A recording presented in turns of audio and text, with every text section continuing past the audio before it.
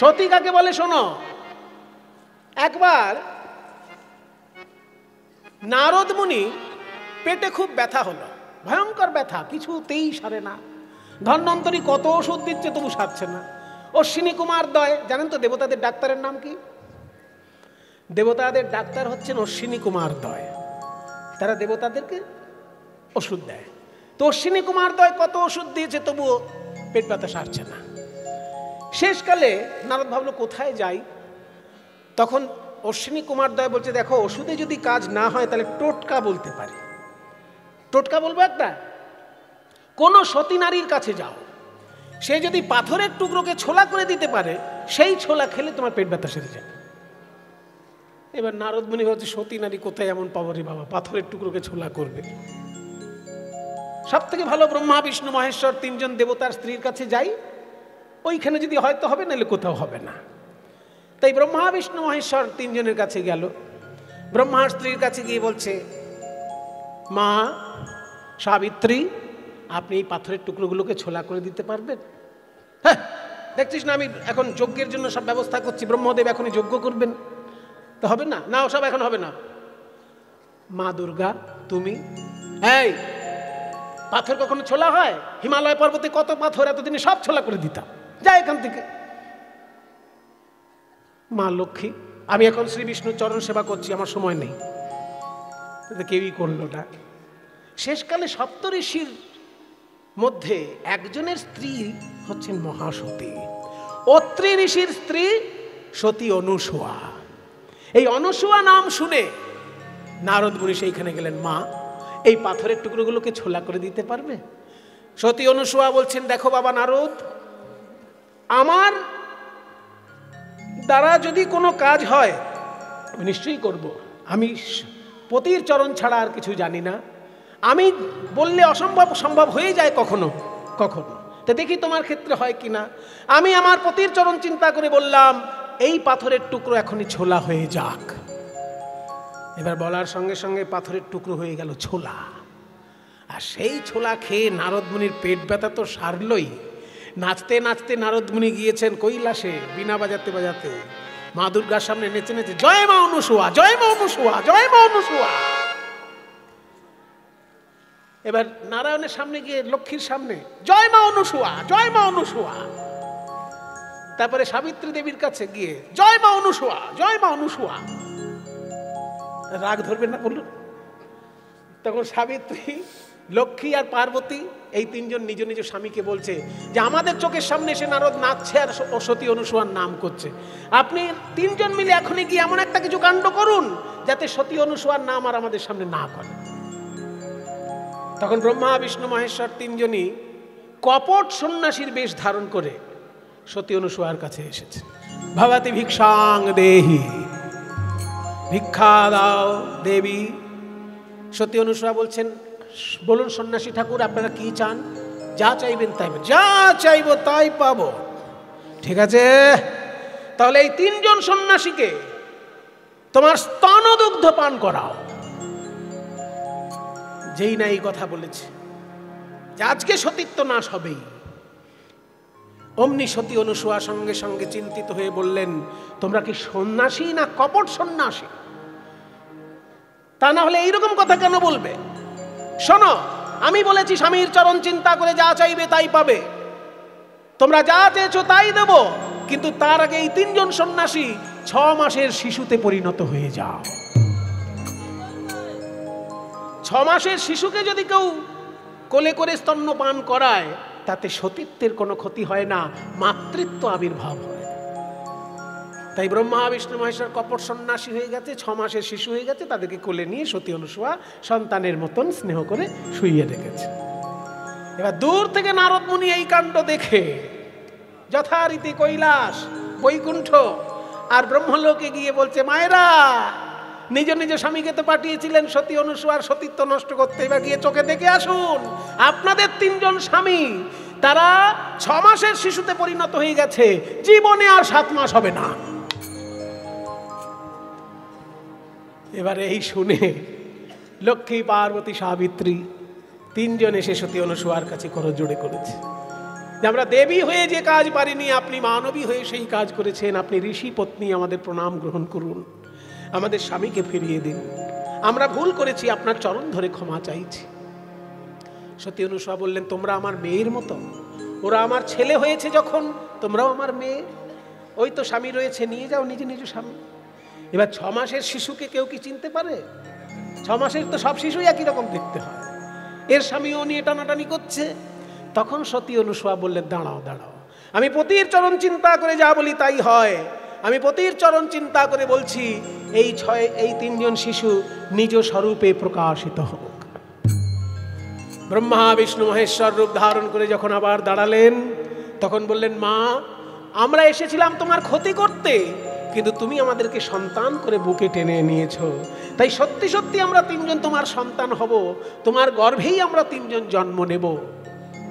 ব্রহ্মার অংশে জন্ম নিলেন চন্দ্র, বিষ্ণুর অংশে জন্ম নিলেন দত্তাত্রেয়, আর শিবের অংশে জন্ম নিলেন দুর্বাসা।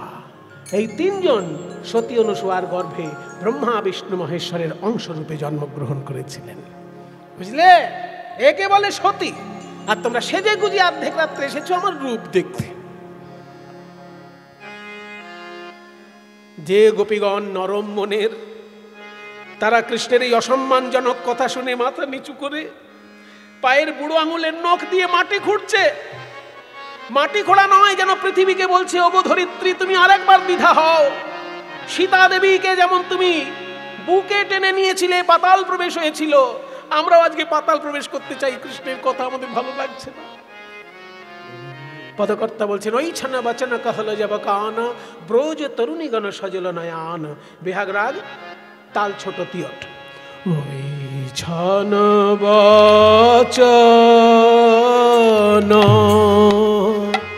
বাচন कहल जब कान रे, छन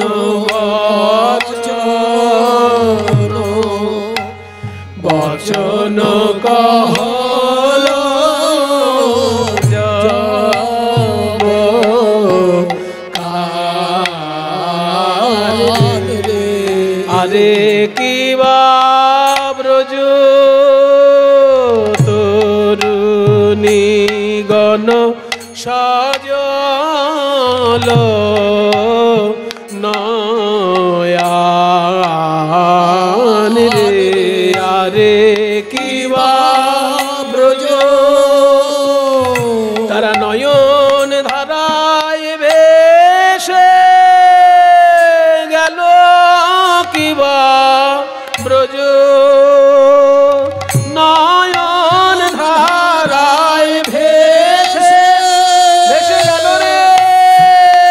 শ্যামনগরের কথা শুনে নয়ন ধারায় ভেসে গেল রে।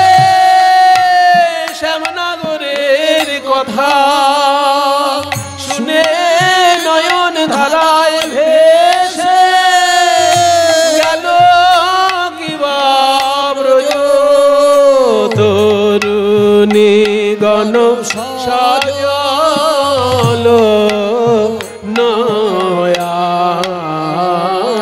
রে। ছন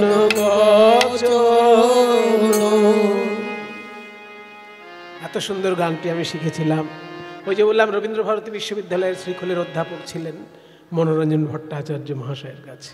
टूटल सब हुक्म रथ करनी, टूटल सब हुक्म रथ करनी, अवनत आनने नख लिखु धरनी, अवनत आनने नख लिखु धरनी, अवनत आनने नख लिखु धरनी। बोले द्विधा हो माँ, द्विधा हो ओगो धरनी तुमी द्विधा हो, ओगो धरनी तुमी द्विधा हो। আমরা তোমার পক্ষে প্রবেশিব দ্বিধা হও, আমরা তোমার পক্ষে প্রবেশ। কৃষ্ণের বাক্যবান সইতে নারী, তোমার পক্ষে প্রবেশিব বাক্যবান, তোমার পক্ষে প্রবেশিব বাক্যবান সইতে নারী, তোমার পক্ষে প্রবেশিব বাক্যবান সইতে নারী। শূন্য শূন্য সুকপট শ্যামর চন্দ, শ্যামর চন্দ আরে কইছে কহসিত হই হইন বন্ধ, কইছে কহসিত হই, বলো বলো কইছে তোমার দয়া কি নাই হে, কইছে কহসি দয়া কি নাই হে, কইছে কহসি দয়া কি নাই হে, আরে কইছে কহসিত হই হইন বন্ধ, কইছে কহসিত হই। যারা নরম মনের গোপী তারা মাথা নিচু করে কাঁদছেন।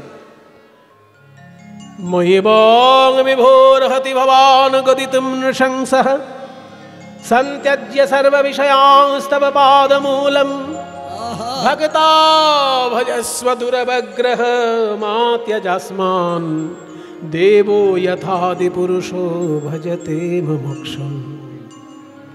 নরম মনের গোপী যারা তারা কাঁদছে, কিন্তু কিছু কিছু তো গোপী আছে ললিতা বিশাখার মতন শক্ত মনের গোপী, যারাকে কৃষ্ণকে ওঠায় আর বসায়। সেই রকম প্রখরা গোপী যারা, তারা বলছে এই যে শ্যামসুন্দর, এই জ্ঞান দেওয়া আবার কবে থেকে শুরু করলে? ছোটবেলা থেকে দেখছি তুমি লোকের বাড়িতে বাড়িতে চুরি করে বেড়াও। মাখন চুরি করেছিলে বলে তোমার মা কোমরে এমন বাঁধা বেঁধেছিল যে গাছপালা নিয়ে উপড়ে পড়লে। হ্যাঁ, আর তুমি বলছো ধর্মের কথা? শুনো শুনো সুকপট শ্যামর চন্দ, कैसे कहसित हुई हन बंध, भांगली कुलशिल मुरली गोसाने, किंकरी गणे जनु केशे धरिया आने। अब कह कपट धर्म जुत बोल, बोलो धार्मिक हरये की कुमारी निचोल। বস্ত্র হলন লীলা কেন ঘটিয়েছিলে এত ধার্মিক যখন তুমি? এইবার আসল আমাদের মনের কথা শোনো। তো হে শপিত জিউ, জিউ মানে প্রাণ। মায়েরা দেখবেন অনেক পুরনো পুরনো মন্দিরে লেখা থাকে রাধা গোবিন্দ জিউ, আছে কি না? এই জিউ মানেটা কি কোনোদিন জানার চেষ্টা করেছেন? ওসব থাকে, অত জেনে কি হবে, পেন নাম করলেই হলো না, জানতে হয়। ভগবান শ্রীকৃষ্ণ গীতায় বলছেন নহি জ্ঞানেন সদৃশং পবিত্রমিহ বিদ্যতে।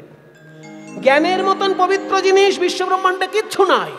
সেজন্য সবসময় জানার চেষ্টা করবেন। কৃষ্ণের ইচ্ছা যে সবাই সবকিছু জানার চেষ্টা করুক।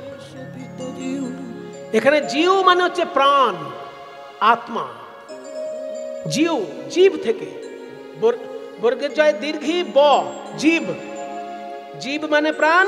সেই বটা হিন্দিতে ও উচ্চারণ হয়, সেই ওটার উটা রয়ে গেছে, অটা বাদ গেছে।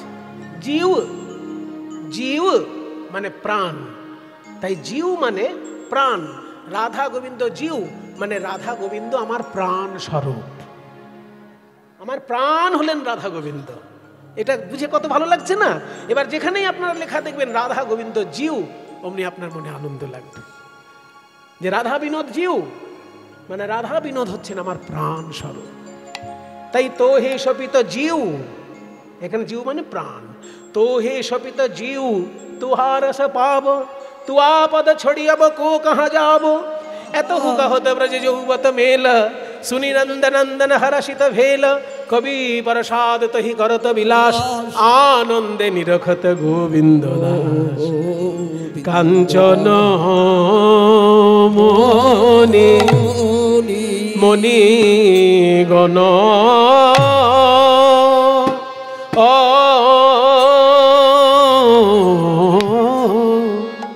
কাঞ্চন মণিগণ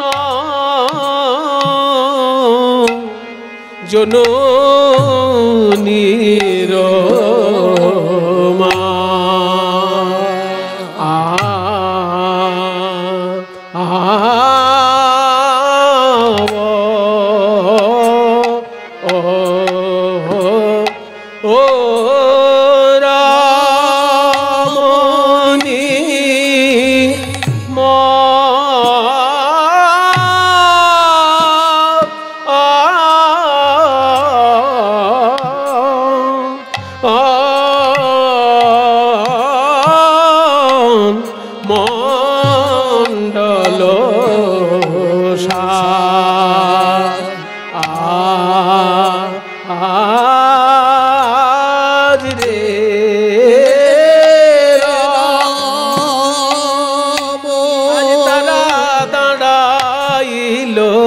সারি সারি রাসে অনুধ্বনি লালো করি দাঁড়াইলো সারি সারি রাসমণ্ডল আলো করি দাঁড়াইলো সারি সারি যাই রে শোভার বলি হারি দাঁড়াইলো সারি সারি রাসমণ্ডল আলো করি দাঁড়াইলো সারি সারি রাসমণ্ডল আলো করি দাঁড়াইলো সারি সারি বংশীধারী দাঁড়াইলো সারি রাসমণ্ডল আলো করি দাঁড়াইলো সারি সারি রাসমণ্ডল আলো করি দাঁড়াইলো সারি সারি মণ্ডল আলো করি দাঁড়াইলো সারি সারি আলো করি দাঁড়াইলো সারি তিওরটা চলছে আলো করি দাঁড়াইলো সারি সারি আলো করি দাঁড়াইলো সারি সারি আলো করি দাঁড়াইলো সারি সারি আলো করি দাঁড়াইলো সারি সারি সারি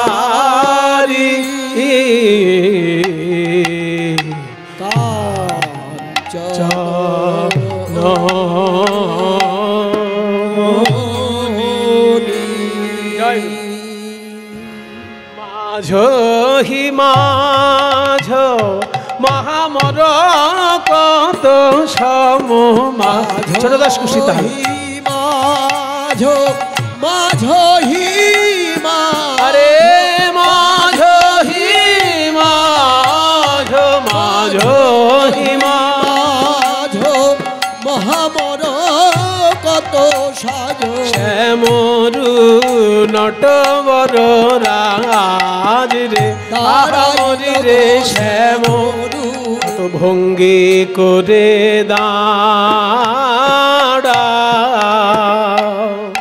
দাঁড়াইল রে শ্যাম কত ভঙ্গি করে মায়েরা উলু দাও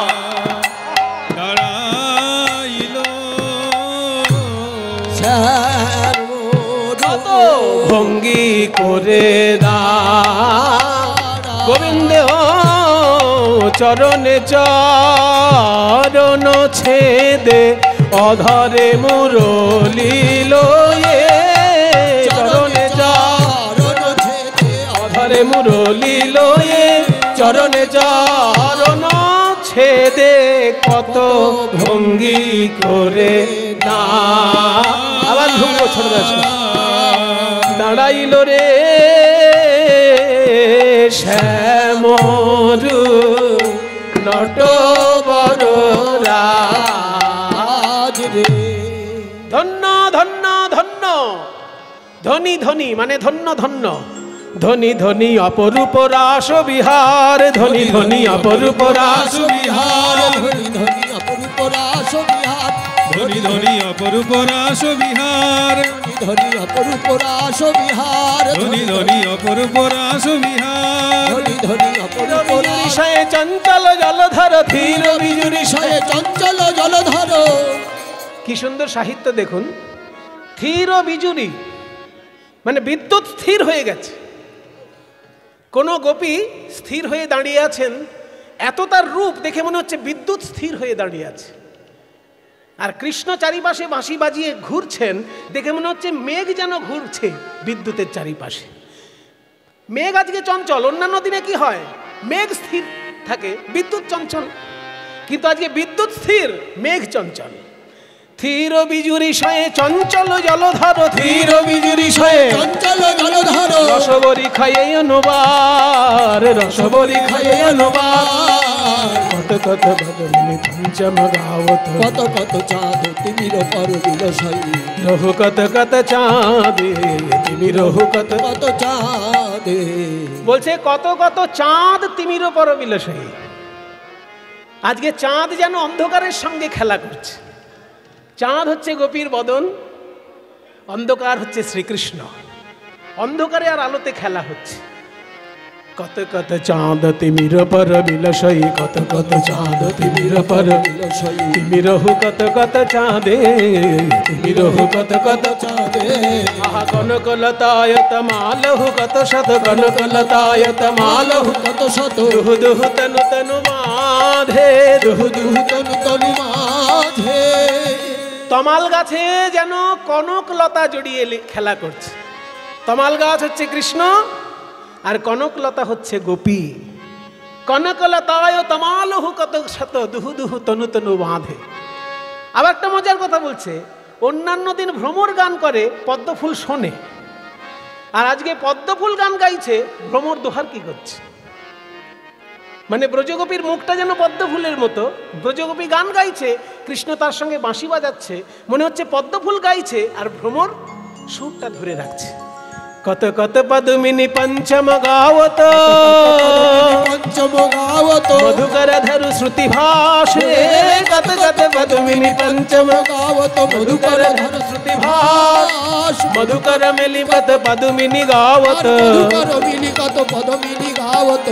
এত সুন্দর গান যিনি লিখেছেন সেই গোবিন্দ দাস। আবার প্রণাম করি। নিরখত গোবিন্দ দাস নিরখত গোবিন্দ দাস নিরখত গোবিন্দ দাস। যোগ মায়াকে স্মরণ করে তোমরা রাস মঞ্চ সজ্জিত করো, নৃত্য গীত হবে। যোগ মায়া কাত্তায়নের শরণাপন্ন হলেন সবাই। সবাই একটু হাত জোড় করুন। 1 বছর আগে গোপীগণ যমুনার তীরে বালির মূর্তি তৈরি করে মা যোগমায়া কাত্তায়নীর ব্রত করেছিলেন। সেই সময় কাত্তায়নী দর্শন দিয়ে বলেছিলেন, কি চাও?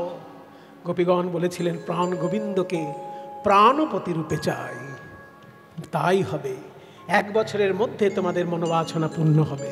তাই গত অঘ্রাণে করেছিল যোগমায়ার ব্রত, আর এইবারের রাস পূর্ণিমায়, রাস পূর্ণিমা মানে কার্তিকের পূর্ণিমা, রাস পূর্ণিমায় 1 বছরের মধ্যে মনোবাসনা পূর্ণ হলো। 1 বছর পর মানে 1 বছরের মধ্যে আর কি গোপীগণ মনোবাসনা পূর্ণ হলো গোপীদের। যোগমায়া কাত্তায়নীকে ডাকছেন গোপীগণ।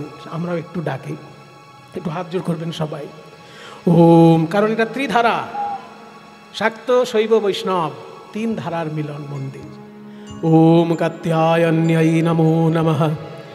ওম রাত্রিং ব্যাখ্যাদতিং প্রপদ্যে। ত্বং স্বাহা ত্বং স্বধা ত্বং হেব ষডকারস্বরাত্মিকা সুধা ত্বমক্ষরে নিত্যে ত্রিধা মাত্রাত্মিকা স্থিতা अर्धमात्रा स्थिता नित्या यानोचार्या विशेषतः त्वमेव सा त्वं सावित्री त्वं देवी जननी परा त्वयैव धार्यते सर्वं त्वयैतत्सृज्यते जगत् त्वयैतत्पाल्यते देवी त्वमत्सन्त्ये च सर्वदा विसृष्टौ सृष्टिरूपा त्वं स्थितिरूपा च पालने तथा संहृति रूपान्ते जगतोस्य जगन्मये महाविद्या महामाया महामेधा महास्मृतिः महामोहा च भवति महादेवी महाशूली प्रकृतिस्त्वं हि सर्वस्य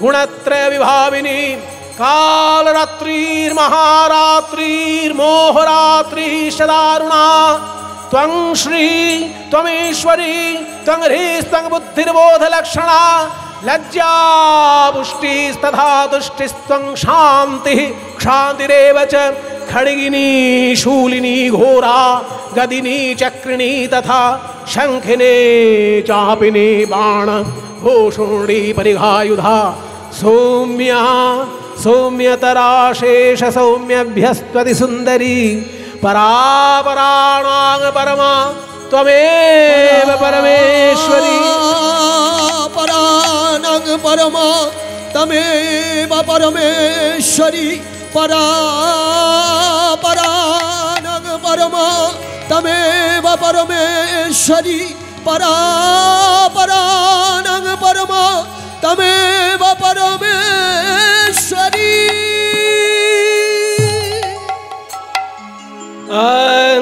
অঙ্গনাম অঙ্গনাম অন্তরা মাধব অঙ্গনাম অঙ্গনাম অন্তরা মাধব মাধবং চান্তরেণাঙ্গনা অঙ্গনাম অঙ্গনাম অন্তরা। এইটি বর্ণনা কে করেছেন জানেন?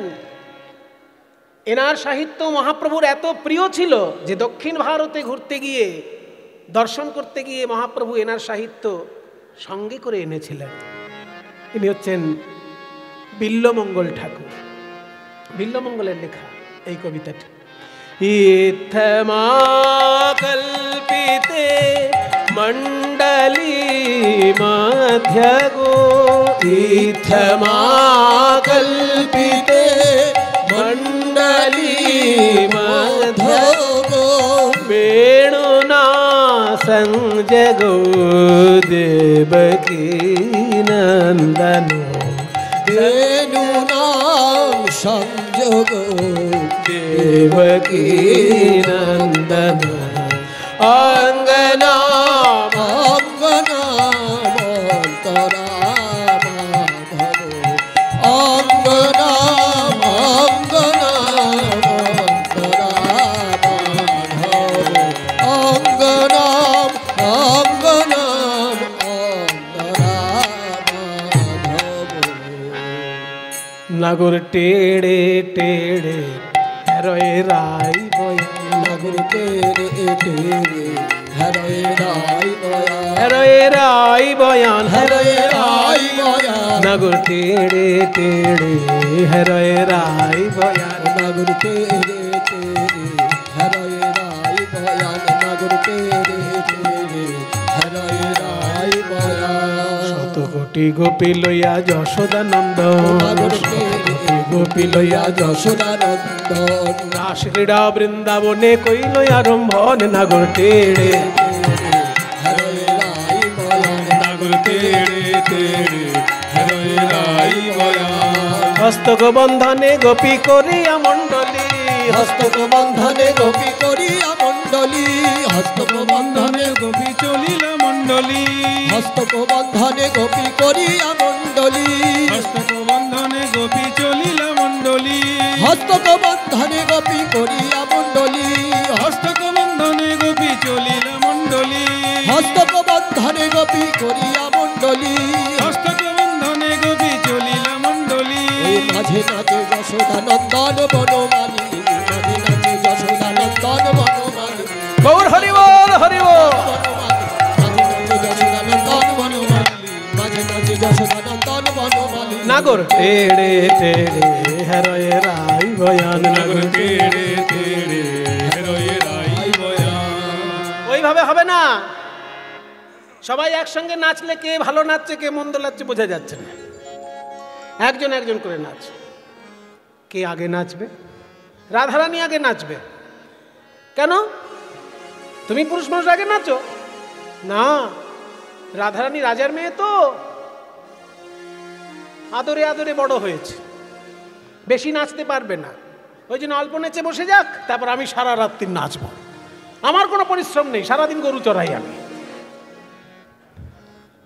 আসলে ব্যাপারটা অন্য জায়গায়। কিন্তু কৃষ্ণের মনে এক কথা আর মুখে আর এক কথা। মুখে বলছেন যে রাধারানী রাজার মেয়ে, বেশি পারবে না, আগে নেচে নিক। কিন্তু মনে অন্য কথা। মনে বলছে, মনে মনে বলছে রাধারানী রাজার মেয়ে, বড় বড় গুরু ধরে নাচ শিখেছে। আর আমিও নাচ শিখেছি বড় বড় গরু ধরে। কাজে গুরু ধরা নাচ আর গরু ধরা নাচ তো একরকম হবে না।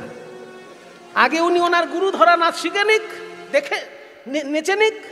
ওই নাচ ভালো করে দেখে দেখে আমি দু একটা ছোটখাটো শিখে নেব আর ওই এক নাচ সারা রাত্রি চালাবো। ওই জন্য বলছে কিশোরী আমার প্রেমের গুরু, ও গুরু ধরে নাচ শিখেছে, আমি ওকে ধরে নাচ শিখবো। তাই বলছে আগে রাধারানী নাচো, ও গো চাঁদ বদনী নাচো তো দেখি। দেখো যেমন বাজনা তেমন নাচ হবে। তা তা থাইয়া থাইয়া তিনি কেটে নাচ ঝিনে ঝা, তা তা থইয়া থইয়া তিনি কিনি নাক ঝিনি ঝা, তা তা থইয়া থইয়া তিনি কেটে নাক ঝিনি ঝা, তা তা থইয়া থইয়া তিনি কিনি নাক ঝিনি ঝা, তা তা থইয়া থইয়া তিনি কেটে নাক ঝিনি ঝা। বাজাও তিনি কেটে নাক ঝিনে ঝা, বাজাও তিনি কিনি নাক ঝিনি ঝা, বাজাও তিনি কেটে নাক ঝিনে ঝা, বাজাও তিনি কিনি নাক ঝিনি ঝা, বাজাও তিনি কিনি নাক ঝিনি, তিনি কেটে নাক ঝিনে, তিনি কেটে নাক ঝিনে ঝা, বাজাও তিনি কিনি নাক ঝিনি, তিনি কিনি নাক ঝিনি, তিনি কিনি নাক ঝিনি ঝা, বাজাও ও তিনি কিনি নাক ঝিনি, তিনি কিনি নাক ঝিনি ঝা, বাজাও ও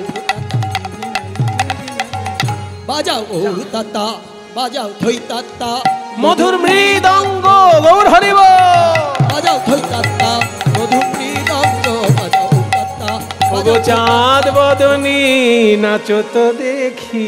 তা তা থাইয়া থাইয়া তিনি কিনি নাক ঝিনি ঝা, না হবে ভূষণের ধ্বনি, না নড়িবে চির তোমার, না হবে ভূষণের ধ্বনি, না নড়িবে চির, তোমার, না হবে ভূষণের ধ্বনি, না নড়িবে চির। আর না হবে ভূষণের ধ্বনি, না নড়িবে চির, চির মানে ওড়না। তোমার গয়নাগাটির আওয়াজ হবে না, না হবে ভূষণের ধ্বনি, না নড়িবে চির। ওড়নাও যেন না নড়ে। আবার তাড়াতাড়ি নাচবে কিন্তু নুপুর যেন না বাজে। দ্রুত গতি চরণে না বাজিবে মঞ্জির, তোমার দ্রুত গতি চরণে না বাজিবে মঞ্জির, তোমার দ্রুত গতি চরণে না বাজিবে মঞ্জির, দ্রুত গতি না না নড়বে না হে দ্রুত গতি, না না নড়বে না হে, দ্রুত গতি না না নড়বে না হে, দ্রুত গতি চরণে না বাজিবে মঞ্জির, তোমায় নাচতে হবে। তা তা থইয়া থইয়া তিনি কিনি নাক ঝিনি ঝা, তিনি কিনি নাক ঝিনি ঝা, শোনো, আমি একটা তাল বলবো, সেই তালে বাঁশি বাজাবো, তোমায় নাচতে হবে।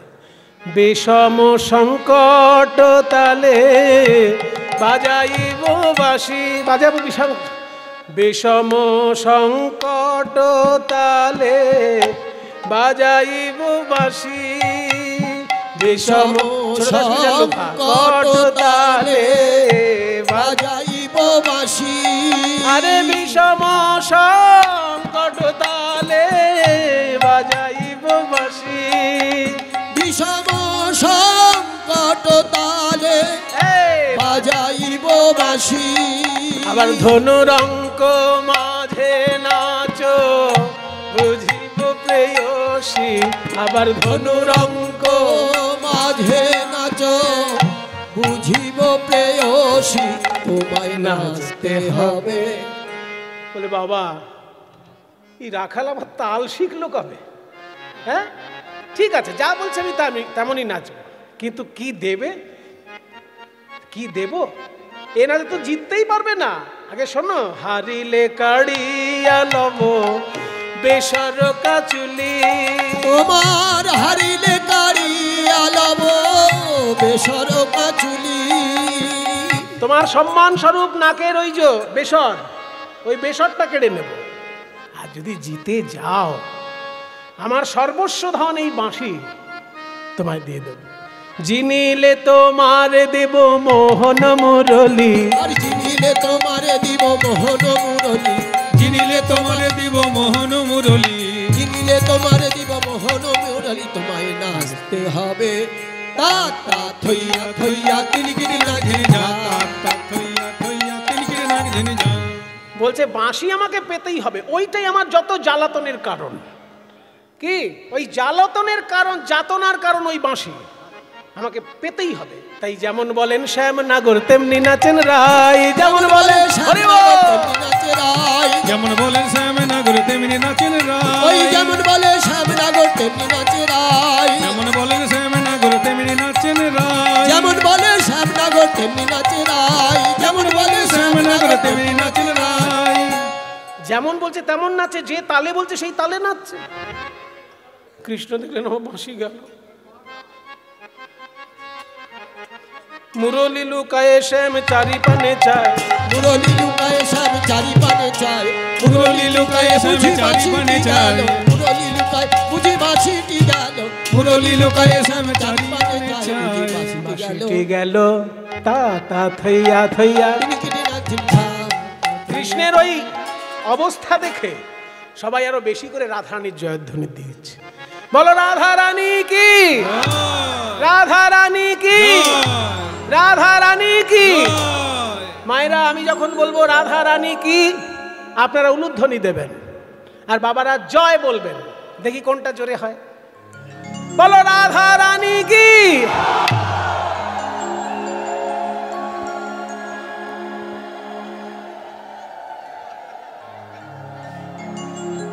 মায়েরা কিন্তু অনেকক্ষণ ধরে উলুধ্বনি দিয়েছে আর বাবারা যায় বলে থেমে গেছে।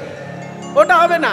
মায়েরা যতক্ষণ উলুধ্বনি টেনে রাখবে, বাবারা ততক্ষণ জয় টেনে রাখতে হবে। বলো বলো রাধা রানী কি।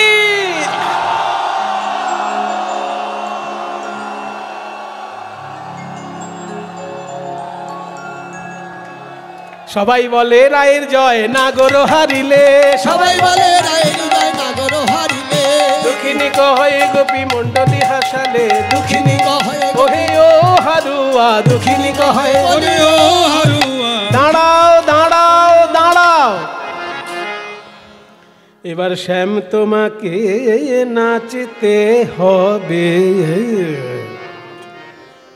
দৃগদাজে না খেটা থো গ্রগ্র নাগ জেন যাও। দাঁড়ে না খেটা ধোগ গুলাগে যাও। দৃগদাজে। একটা জিনিস খেয়াল করুন, সবাই কিন্তু একরকম সুরে গিয়ে দেয় সব গান, তা নয়। রাধার নাচের সুর হবে চড়ার দিকে, কারণ নারীর নৃত্য, তাকে বলে লাস্য। আর শ্রীকৃষ্ণের গানের সুর হবে গুরুগম্ভীর, কারণ পুরুষের নাচকে বলে তাণ্ডব। গুরুগম্ভীর নাচ যেমন হবে, গুরুগম্ভীর সুরও হবে। ওই জন্য এই সুরটা প্রাচীন সুর। বরাহনগর পাটবাড়ি আশ্রমে বাবাজিরা এই সুরে গানটা করে। দৃগদাজে না খেটা থো গ্রগ্র নাগ জেন ঝা, দৃগদাজে না খেটা থো গ্রগ্র নাগ জেন ঝা। बाजे थोक नग जन झा, बाजे थोक नग जन झा, बाजे थोक नग जन झा, बाजे थोक नग जन झा, बाजे थोक नग जन थोक नग जन नग जन नग जन ता, बाजे थोक नग जन थोक नग जन नग जन नग जन झा। दृगदाजे ना खेटा थोक नग जन झा, दृगदाजे ना खेटा थोक नग जन झा। না না নড়িবে গণ্ড মুন্ড নপুরের কড়াই, আর না নড়িবে গণ্ড মুন্ড নপুরের কড়াই। তোমার নুপুর নড়বে না, নুপুরের কড়াই গুলো নড়বে না, গণ্ড মুন্ড নড়বে না, আর এই বনমালা এও নড়বে না। না নড়িবে বনমালা বুঝিব বড়াই, তোমার না নড়িবে বনমালা বুঝিব বড়াই। না নড়িবে না না নড়বে না হে, না নড়িবে না না নড়বে না হে, না নড়িবে বনমালা বুঝিব বড়াই। তোমাকে নাচতে হবে দৃগদাজে না খেটা থোগরে নাচি। বাবারে এত শর্ত? হ্যাঁ, কিছুই নড়বে না তোমার। বলে তারপর তারপর আবার কি? তাল বলবো। তুমি যেমন কঠিন তাল বলেছিলে, আমরাও একটা কঠিন তাল বার করেছি। আমাদের তালের নাম হচ্ছে উদ্ভট্ট তাল। হ্যাঁ, উদ্ভট নয়, উদ্ভট্ট। বাবা, সে আবার কেমন? উদ্ভট্ট তালেতে যদি হারো বনমালী। ঝাঁপ তালের এক অংশ আর লোফা মিলে উদ্ভট্ট তালেতে যদি হারো বনমালী, উদ্ভট্ট তালেতে যদি হারো বনমালী। উদ্ভট্ট ওই জন্য উদ্ভট প্রকৃতির তাল। তালের ক রকমের প্রকৃতি হয়, জাতি ক রকম তালের? বলবো অত তো জানি না বাবা, তাল বাজে গানের মধ্যে এই অবধি জানি।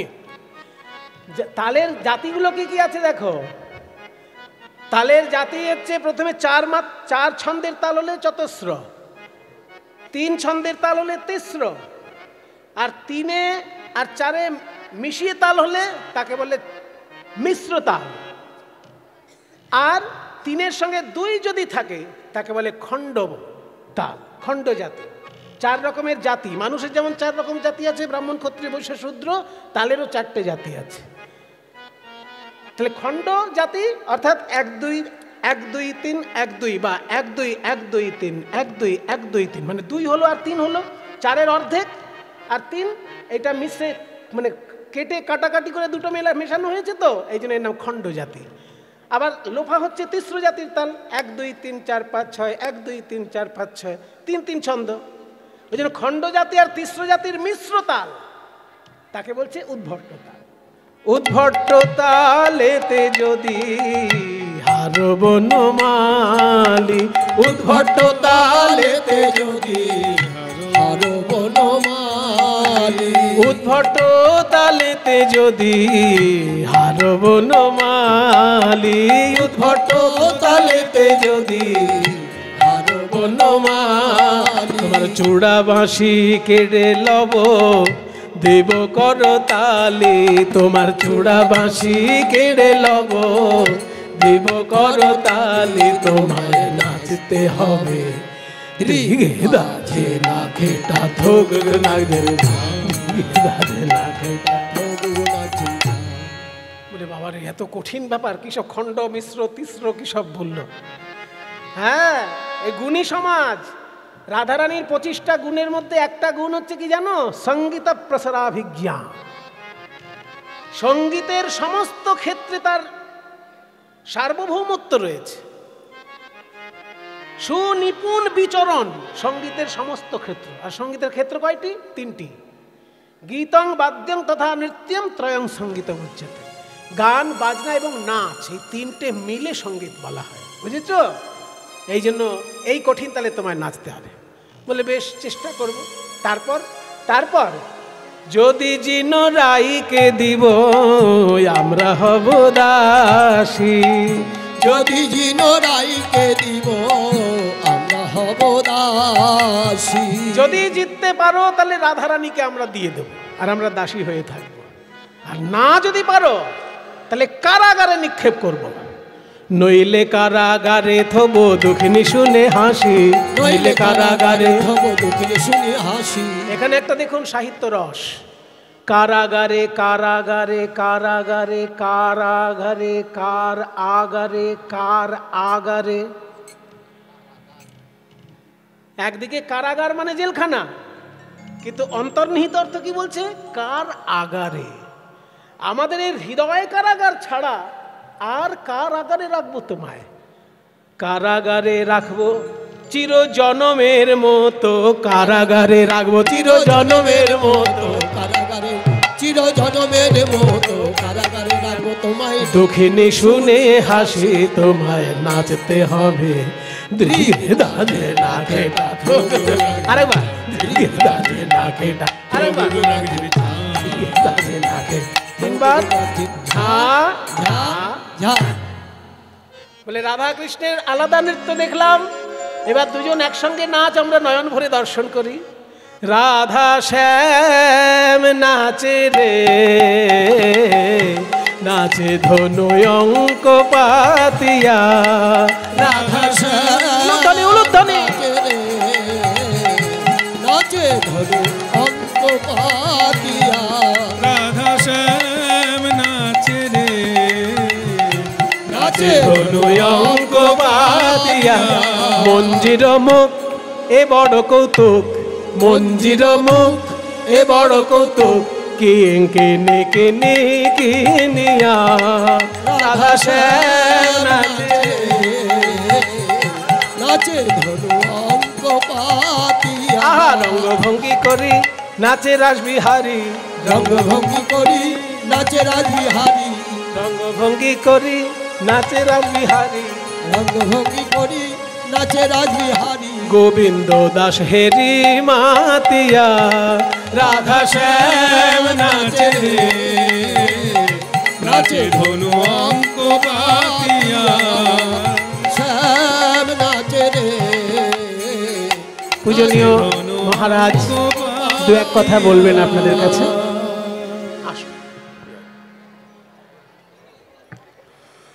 আজ ত্রিধারা মিলন মন্দিরের বাৎসরিক উৎসবের অঙ্গ হিসেবে পরিগণিত রাস উৎসবের তৃতীয় দিবস পার করে চতুর্থ দিবস। প্রতি পবিত্র ত্রয়োদশী তিথি থেকে যাত্রা শুরু হয় এখানে, যদিও একাদশী থেকে হওয়া উচিত, তথাপিও সময় এবং পরিস্থিতি পড়ে উৎসবের অঙ্গকে একটু খর্ব করে আমরা ত্রয়োদশী, চতুর্দশী, পূর্ণিমা 3 দিন ঠাকুরজি রাজ সমারোহে যাত্রা করেন। আজ চতুর্থ দিবস। এই দিনে আমাদের প্রখ্যাত কীর্তনিয়া, আমার অত্যন্ত স্নেহাস্পদ এবং ভাতৃপ্রতিম শ্রী সুমন। একসময় আমরা একই সঙ্গে থাকতাম উত্তর কলকাতার বিভিন্ন জায়গায়, আমাদের সঙ্গে আমাদের পরিচয় ছিল। আজ বহুদিন পরে, প্রায় 28 বছর পরে আবার তার সঙ্গে দেখা হলো। তো এক সময় এটা হওয়ারই ছিল। ভজন বাবার মনের একটা সংকল্প ছিল, বাবা আমি একটি কীর্তন পরিবেশন করাবো এবং তার সুমনকে দিয়েই করাবো। তো ধৈর্যের বাঁধ কালে পূর্ণ হলো। এক সময় হঠাৎ ফোন গেল আমার কাছে গত সপ্তাহে যে বাবা আমি এখানে এসেছি, একটা গান হচ্ছে, আমি তাহলে এখানে ব্যবস্থা করে যাচ্ছি, আমাদের রাস উৎসবের পরের দিন হবে। আজ সগৌরবে ত্রিধারা মিলন মন্দিরের তরফ থেকে আমার এই ভাতৃপ্রতিম পরম কীর্তন আনন্দ প্রদায়ী তার সুস্থ সবল শরীর রাধা বল্লভের চরণে প্রার্থনা করি, যেমন এমনভাবেই সুললিত কণ্ঠে শত শত সহস্র সহস্র লক্ষ লক্ষ ভক্তকে সে আনন্দ দিতে পারে। কীর্তন আনন্দের সুধা যে পান করে এ পীযূষ মাধুরী তারই জানা, অন্যের পক্ষে জানা সম্ভব নয়।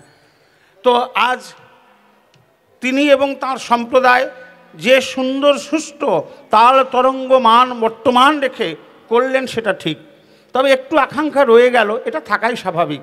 অসীম আকাশের ছায়া অতল সমুদ্রের কাছে গেলে কিছুটা অনুভব হয়, ছোট থালায় জল নিয়ে তো আর সারা আকাশের ছায়া দেখা যায় না। তাই সময়ের পরিসরে এত বড় কীর্তন ব্রহ্মরাত্রিব্যাপী চতুঃসহস্রবহর সান্নিধ্যে ব্রহ্মার একটি দিবস, চতুঃসহস্রবহর সান্নিধ্যে ব্রহ্মার একটি রাত্রি, 4000 বছরের লীলা কি আর 3 ঘন্টার মধ্যে পরিবেশন করা সম্ভব?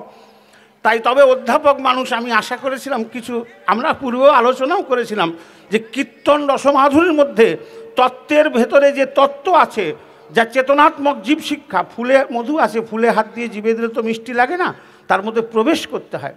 এই রাস তত্ত্বে সমস্ত যোগগুলো, জ্ঞান যোগ, ক্রিয়া যোগ, ভক্তি যোগ, 3টের সংমিশ্রণ হচ্ছে এই রাস।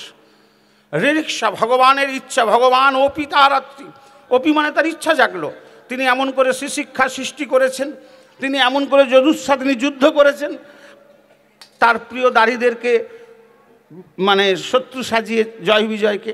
যাই হোক, আবার তিনি ইচ্ছা করলেন রিরিক্সা, আমি রমণ ইচ্ছায় উন্মত্ত হলেন। এই গোপীর সঙ্গে গোপীনাথের মহামিলন তত্ত্বের মধ্য দিয়ে আমাদের জীবাত্মা পরমাত্মার সমন্বয়, আমাদের যে একটা অদ্ভুত, এর মধ্যে অনেকগুলো পর্ব আছে, সেটা উনি জানেন, সে ভাণ্ডারে আছে, কিন্তু সময় অভাবে পরিবেশন করতে পারলেন না।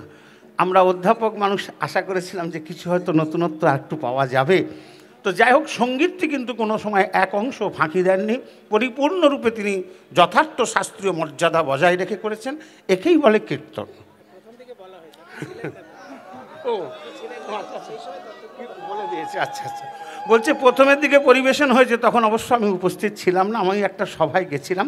যাই হোক, আমার তরফ থেকে আজ ত্রিধারা মিলন মন্দিরের তরফ থেকে আমরা শ্রদ্ধেয় শ্রী সুমন ভট্টাচার্য মহাশয় ও তাঁর সম্প্রদায় সহকারী যারা যারা এসেছেন, আমি হয়তো সকলের পৃথক পৃথক নাম জানি না, তবে সকলকে এই ত্রিধারা মিলন মন্দির পাঁচমোড়া নববৃন্দাবনের তরফ থেকে আমাদের হার্দিক স্বাগত, বহু বহু আন্তরিক অভিনন্দন। সেই সঙ্গে তাদের সুস্থ সবল শরীর এবং দীর্ঘায়ু কামনা করি।